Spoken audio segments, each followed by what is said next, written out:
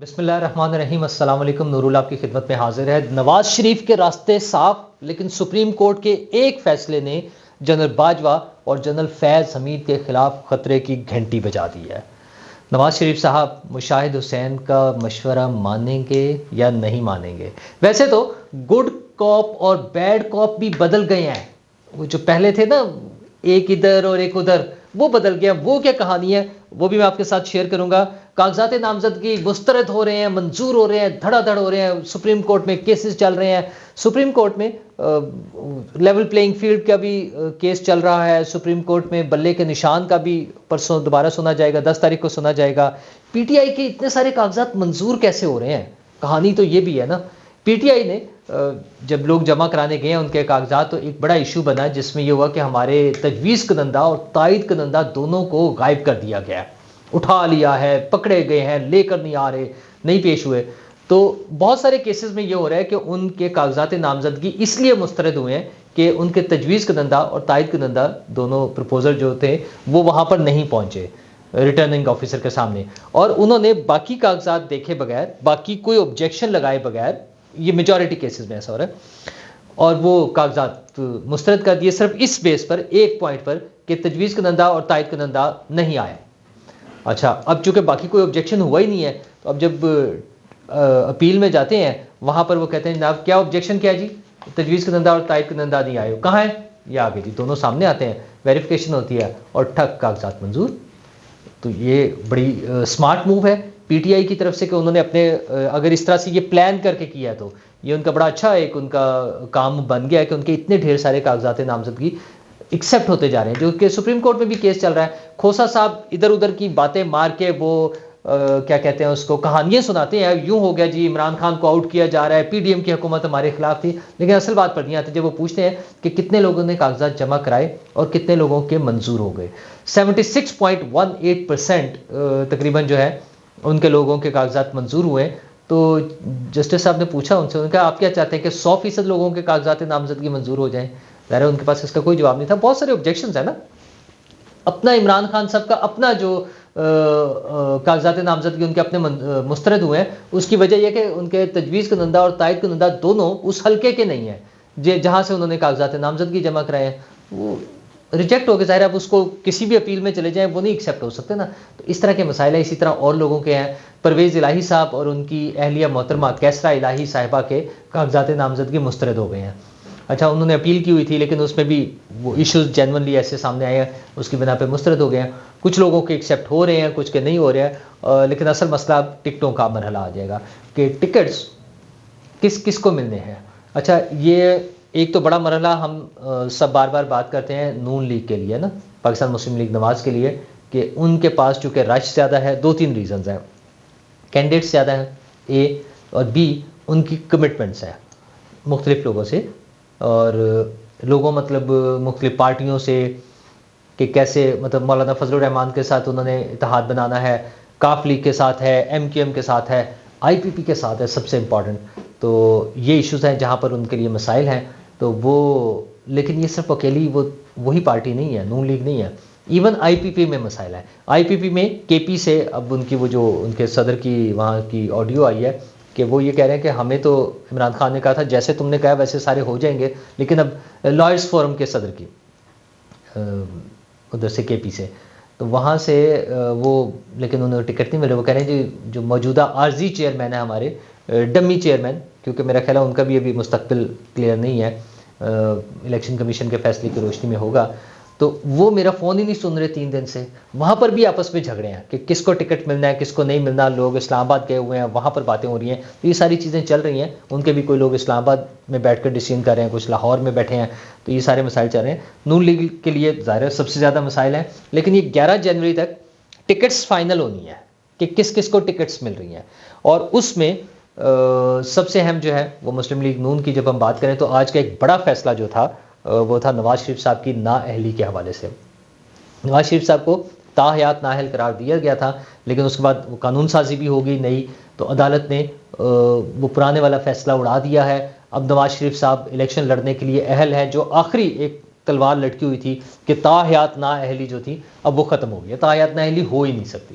اچھا، اس میں بڑے مزیدار سے کمنٹس ہیں. اس سے پہلے بھی جب یہ ساری کارروائی چل رہی تھی تو اس میں جو ریمارکس آتے تھے انہوں نے کہا جی جو آدمی قانون توڑتا ہے یا جو کوئی مرڈر کر دیتا ہے یا جو کوئی ریپ کر دیتا ہے کسی کا، اس کو تو تاحیات نااہلی نہیں ہے. ان کی تو کسی کی 5 سال، کسی کی کچھ، اتنا وہ مختلف ہوں گے. اور جو ایک جھوٹ بول دے، کوئی کنسیل کرے کوئی فیکٹس کو، کوئی اس طرح کی چیز ہو جائے، تو اس کے لیے تاحیات نااہلی یہ بڑا ڈفرنس تھا. اب چونکہ وہ قانون سازی بھی ہوئی ہے تو اس کی روشنی میں سپریم کورٹ نے نواز شریف صاحب کو اہل قرار دے دیا. اب وہ الیکشن لڑ سکتے ہیں، لیکن الیکشن لڑ کر کریں گے کیا؟ ابھی کل ہی تو میں نے بھی ذکر کیا تھا، وہ جو 2 دن پہلے مشاہد حسین صاحب نے انٹرویو دیا ہے اور انہوں نے مشورہ دیا کہ میاں صاحب وزارت عظمیٰ کو بھول جائیں اور صدر بن جائے، صدر پاکستان بن جائے. تو کیا میاں نواز شریف صاحب مان جائیں گے صدر پاکستان بننے کے لیے؟ اچھا، میں نے تقریباً آج سے 1 ماہ پہلے یہ جب ویڈیو کی تھی آپ کے ساتھ شیئر کی تھی، تو ظاہر باتیں ہو رہی ہوتی ہیں نا مختلف جگہوں پہ، تو یہ بات چل رہی تھی کہ میاں صاحب کو یہ آفر دی گئی ہے کہ آپ صدر بن جائیں.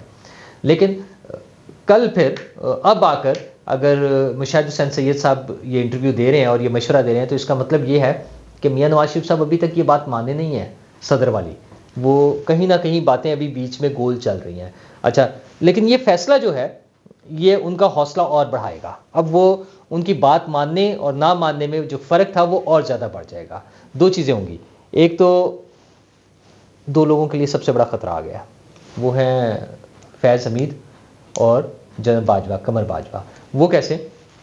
نواز شریف صاحب مختلف اوقات میں ان کے احتساب کی بات کرتے رہے ہیں کہ جن لوگوں نے ڈی ریل کیا تھا سسٹم 2017 میں، میری چھٹی کرائی تھی. اچھا، یہ آج والا فیصلہ مزید اس کو انڈورس کرتا ہے نا کہ یہ فیبریکیٹڈ تھا، ساری چیزیں پری پلانڈ تھیں، بدنیتی پر مبنی تھے وہ فیصلے، اور ان کے پیچھے فیصلے کروانے والے فیض اور باجوہ، وہ ساری چیزیں اب اکٹھی ہو گئی نا کہ یہ سارا کچھ تو ہو رہا تھا.